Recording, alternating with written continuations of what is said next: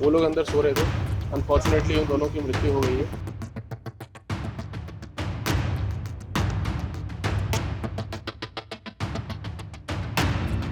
मथुरा में सुबह सुबह बड़ा हादसा हो गया। मथुरा के वृंदावन कोतवाली इलाके में एक होटल में आग लगी तो अफरा तफरी का माहौल हो गया। वृंदावन गार्डन होटल में अचानक आग लगने से हड़कंप मच गया। देखते ही देखते इस आग ने विकराल रूप ले लिया और इस आग की चपेट में कई लोग आ गए।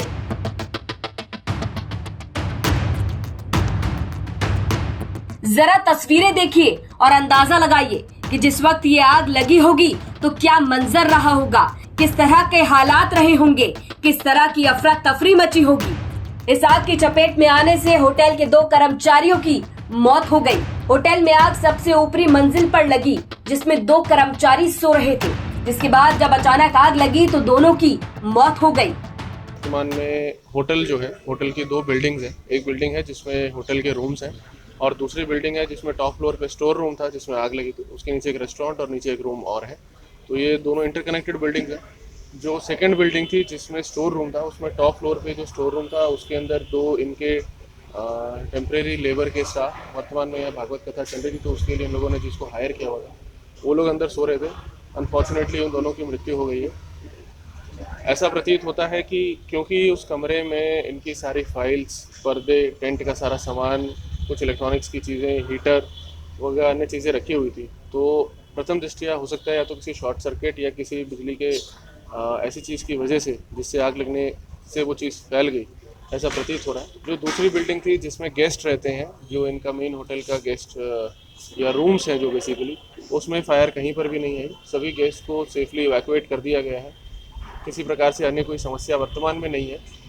ये जानने का प्रयास किया जा रहा है कि फायर का मुख्य कारण क्या रहा जिस वजह से ये घटना घटित हुई। वृंदावन में रामकृष्ण मिशन अस्पताल के पास वृंदावन गार्डन होटल में अचानक आग लगने के बाद लगभग 60 से 70 टूरिस्ट को सकुशल बाहर निकाला गया, लेकिन इस हादसे में 2 लोग झुलस गए जिनको तत्काल प्रभाव से अस्पताल में भर्ती करवाया गया।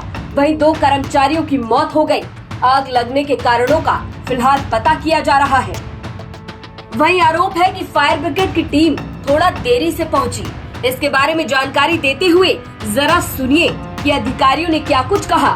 फायर स्टेशन का प्रपोजल भी है, उसमें शासन से बात भी हो गई है और बहुत जल्द वो चीज़ हो भी जाएगी। उसके संबंध में हमारे द्वारा जानकारी भी दे दी गई है।